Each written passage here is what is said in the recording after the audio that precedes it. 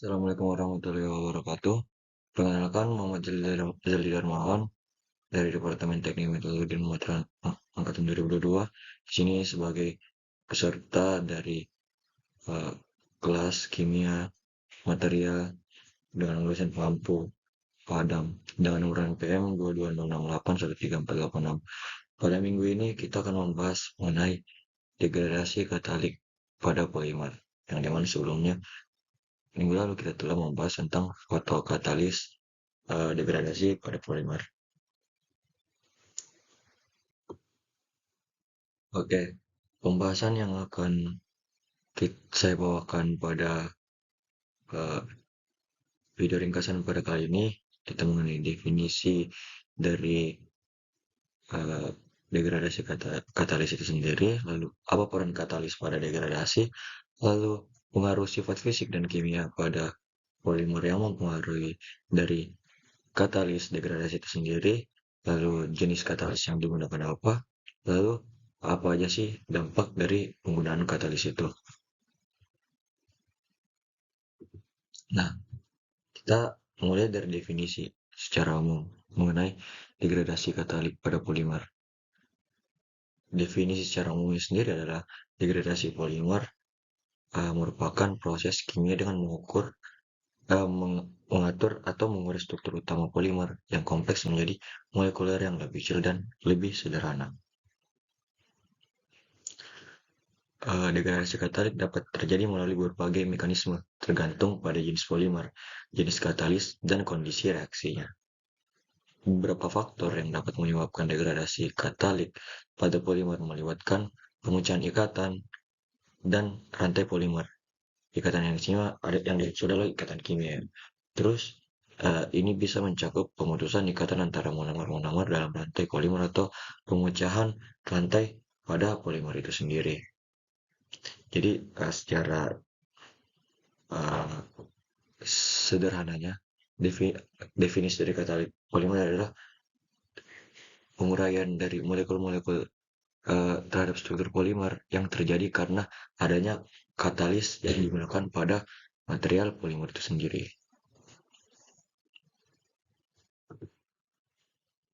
Prinsip dasar uh, pada degradasi katalik pada polimer. Pertama, mengaktifasi rantai polimer, yaitu mengurangi energi aktivasi, membuat rantai polimer lebih rentan terhadap pembelahan. Lalu, interaksi katalis melemahkan ikatan polimer tertentu, sehingga meningkatkan kerentanan terhadap pemecahan pada struktur polimer itu sendiri. Lalu, kedua, inisiasi rantai pada polimer, menciptakan jalur reaksi alternatif untuk degradasi polimer, menghasilkan zat antara berkembang melalui reaksi bertahap untuk membentuk fragmen polimer yang lebih kecil dari ukuran sebelumnya. Lalu, yang ketiga adalah pembelahan rantai pada polimer. Pembelahan rantai pada polimer dapat memfasilitasi pembelahan ikatan kovalen dalam rantai polimer,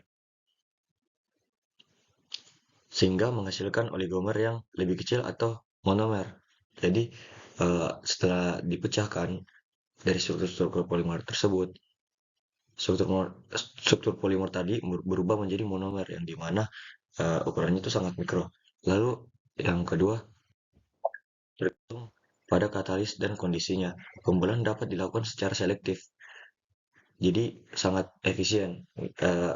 Tidak seperti metode-metode sebelumnya yang mungkin jika kita melakukan degradasi itu mendegradasi seluruh pada materialnya. Namun pada degradasi uh, katalis ini kita dapat secara selektif mendegradasi dari bagian material itu sendiri dengan sasaran yang spesifik pada suatu ikatan atau struktur pada polimer. Oke, masuk ke faktor utama yang bekerja pada degradasi katalik pada polimer. Nah, ada 5 dari uh, faktor utama yang berperan dalam degradasi katalik ini. Pertama, suhu mempengaruhi laju reaksi. suhu yang lebih tinggi akan semakin mempercepat suatu reaksi degradasi pada suatu material polimer. Lalu, yang kedua, ada tekanan. Tekanan ini mempengaruhi laju reaksi dan selektivitas pada material. Semakin tekanannya tinggi, semakin meningkatkan efisiensi pada degradasi yang dilakukan. Lalu, eh, waktu reaksi atau biasa disebut durasi ya. Durasi menentukan tingkat degradasi. Waktu yang lebih lama akan menghasilkan eh, pemecahan struktur lebih lengkap pada suatu degradasi. Lalu keempat, jenis dan konsentrasi katalis. Pilihan katalis dan konsentrasi berdampak pada degradasi. Katalis yang berbeda menunjukkan selektivitas pada degradasi tersebut. Jadi tergantung tipe katalis apa yang dipilih untuk mendegradasi suatu polimer dan berapa konsentrasinya untuk mendegradasi suatu polimer itu sangat uh, menjadi pengaruh terhadap dilakukannya degradasi pada suatu material. Lalu kelima, tipe dan struktur polimer. Struktur molekul mempengaruhi kerentanan. Polimer yang berbeda mungkin memerlukan polimer yang spesifik dan uh, juga melihat suatu kondisi dari struktur polimer tersebut. Jadi tipe polimer yang digunakan dan struktur polimer yang ada pada satu jenis material itu sangat menentukan seberapa efisiensinya kita melakukan degradasi pada material tersebut. Oke, lalu lanjut ke peran katalis terhadap degradasi katalis pada polimer. Nah, katalis memiliki peran penting dalam mempercepat degradasi polimer dengan menyediakan jalur reaksi yang lebih efisien dan lebih cepat dibandingkan dengan reaksi yang terjadi secara spontan. Katalis dapat mempengaruhi proses degradasi polimer dengan beberapa cara, terutama dengan peningkatan laju reaksi. Katalis bekerja dengan mengurangi energi aktivasi yang diperlukan untuk memulai reaksi kimia. Dengan mengurangi hambatan energi ini, katalis mempercepat laju reaksi degradasi pada polimer yang dapat menghasilkan pemutusan ikatan atau perubahan struktural lainnya dalam molekul polimer yang didegradasi. Lalu, kedua, memfasilitasi pembentukan spesies reaktif. Katalis dapat membentuk spesies reaktif yang lebih mudah berinteraksi dengan molekul polimer. Spesies ini kemudian dapat memulai reaksi degradasi yang lebih efektif daripada jika reaksi itu terjadi secara spontan. Lalu, stabilisasi intermediate reaktif. Katalis juga dapat membantu dalam menjaga dan menstabilkan intermediate reaktif yang terbentuk selama proses degradasi. Ini dapat meningkatkan kemungkinan terjadinya reaksi selanjutnya yang membawa pada degradasi polimer. Lalu, yang keempat, pengaruh pada struktur polimer. Beberapa katalis dapat secara langsung berinteraksi dengan ikatan dalam struktur polimer, menginduksi perubahan struktural yang memfasilitasi proses degradasi pada material itu.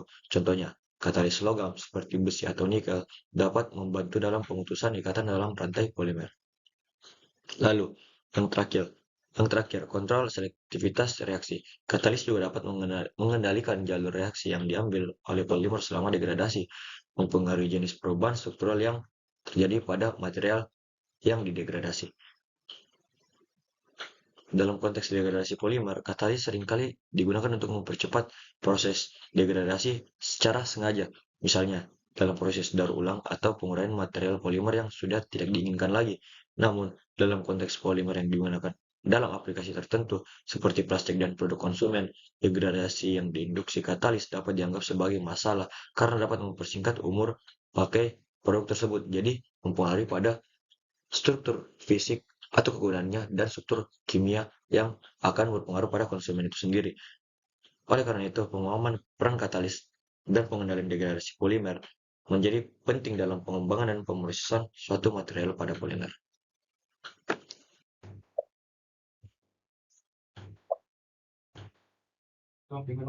Sifat fisik dan kimia polimer memainkan peran krusial dalam menentukan efektivitas degradasi katalik.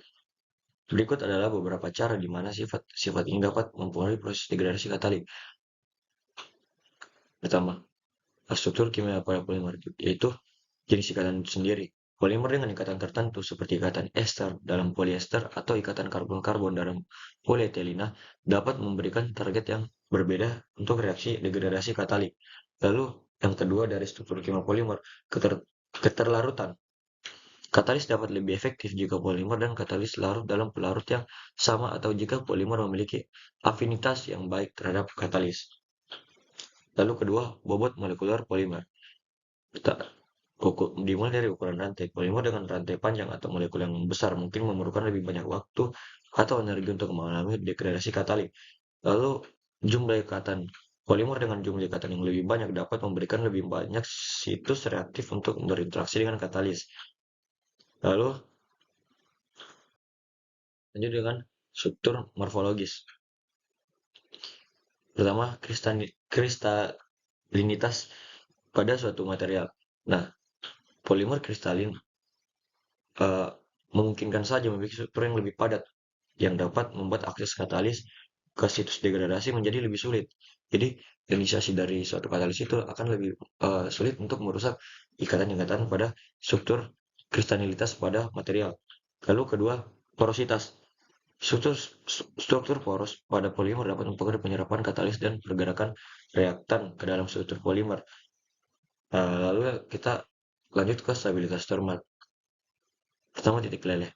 Polimer dengan titik leleh tinggi mungkin memerlukan suhu yang lebih tinggi untuk mengalami degradasi. Beberapa katalis mungkin lebih efektif pada struktur tertentu. Stabilitas termal pada umumnya eh, yang memiliki kondisi termal yang tinggi mungkin memerlukan katalis yang lebih kuat atau kondisi reaksi yang lebih ekstrim untuk memulai degradasi. Jadi semakin tinggi titik leleh semakin sulit, semakin perlunya juga energi panas yang digunakan untuk mendegradasi suatu polimer tersebut. Lalu konsentrasi katalis sudah dijelasin dari porositas, lalu interaksi katalis pada polimer.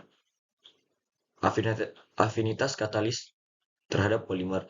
Interaksi kimia atau fisik antara katalis dan polimer dapat mempengaruhi efektivitas degradasi. Katalis yang lebih bersifat kompatibel dengan polimer yang mungkin memiliki interaksi yang lebih baik dan akibatnya lebih efektif pada degradasi tersebut. Pemahaman yang baik tentang sifat fisik dan kimia polimer membantu merancang proses degradasi katalis yang efektif dan mengoptimalkan kondisi reaksi untuk mencapai hasil yang diinginkan, baik itu untuk tujuan daur ulang atau pengembangan material yang terdegradasi dengan tidak terkontrol. Kita lanjutkan ke contoh jenis katalis yang bisa digunakan dalam degradasi pada polimer. Pertama, asidik asam. Sering digunakan dalam reaksi hidrolisis untuk memutuskan ikatan ester atau amino dalam polimer. Mereka juga dapat mengkatalisis reaksi lain yang dikatalisis oleh asam seperti dehidrasi. Contoh eh, katalis dari asidik asam yaitu HS04, yaitu asam kuat yang memfasilitasi reaksi hidrolisis. Lalu ada HCl, asam kuat yang memprotonasi gugus fungsi terutama membantu pemecahan ester atau ikatan amida. Lalu ada H3PO4 atau asam fosfat, asam yang lebih lembut dibandingkan dengan asam sulfat atau klorida. Mekanismenya melibatkan protonasi gugus fungsi menyebabkan pembelahan ikatan pada struktur polimer. Lalu kedua, basic katalis sering digunakan dalam reaksi hidrolisis untuk memecah ester atau urea memiliki keterkaitan dalam degradasi. Mereka juga dapat memfasilitasi reaksi depromotori seperti contohnya natrium hidroksida atau NaOH. Nah, uh, NaOH termaksud basa yang kuat dapat mempronotasi seperti kata ester atau amino pada kelompok yang terdeprotonasi menjadi nukleofilik berpartisipasi dalam reaksi hidrolisis. Lalu eh, ada KOH atau kalium hidroksida. Basa kuat yang memfasilitasi depronotasi gugus fungsi asam. Hal ini sering terjadi di mana dalam reaksi hidrolisis dengan katalis basa.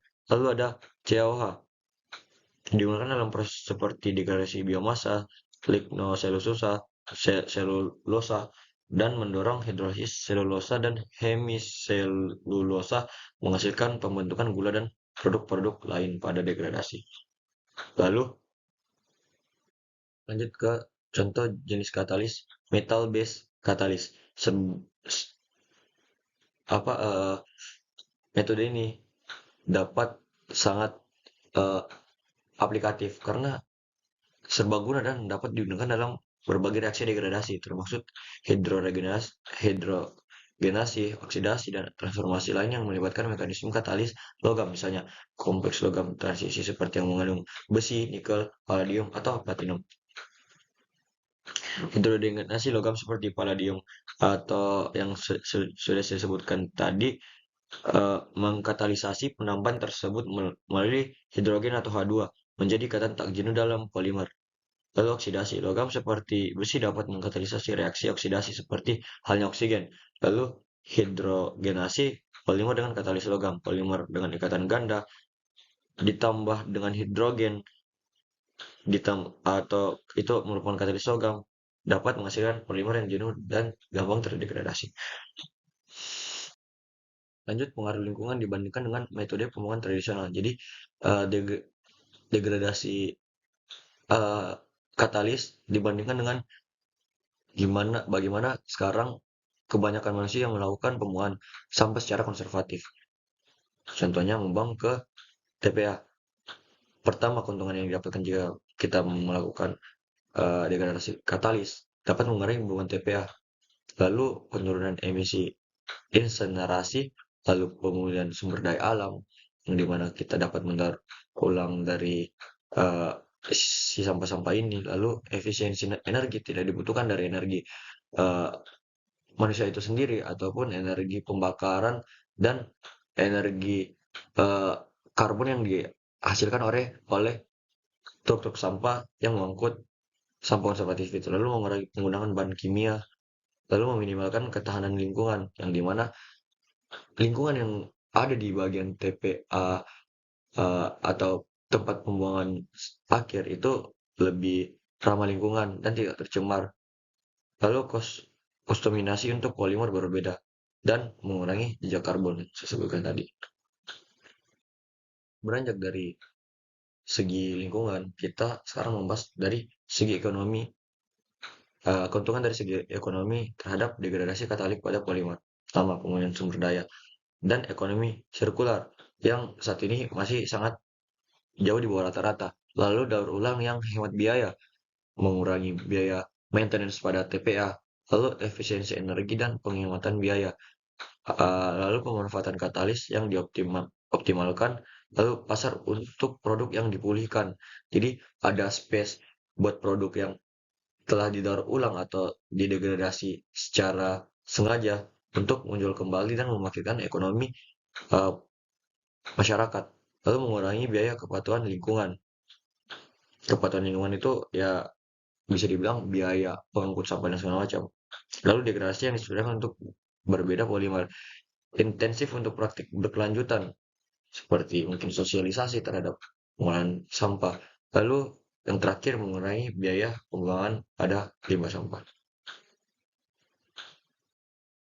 Di balik dari kelebihan dari segi ekonomi, lalu dari segi lingkungan, ada tantangan yang dihadapi pada perilaku degradasi katalik untuk material polimer ini. Pertama, kontaminasi produk reaksi. Jadi bisa saja pada praktik yang dilakukan pada degradasi tersebut dapat mengkontaminasi beberapa zat yang tidak selayaknya ada pada produk tersebut.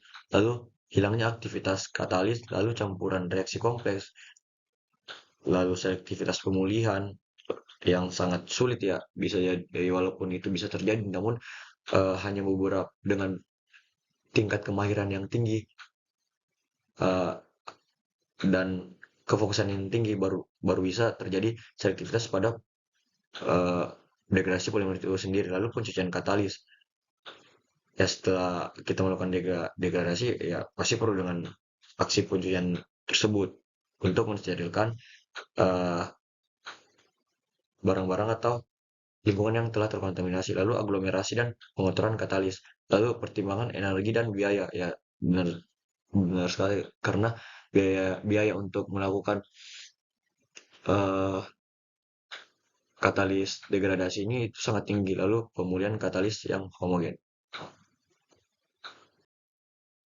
Dan penjelasan dari saya mengenai degradasi katalik pada polimer, mau jika ada salah kata atau pengucapan mohon dimaafkan. Assalamualaikum warahmatullahi wabarakatuh.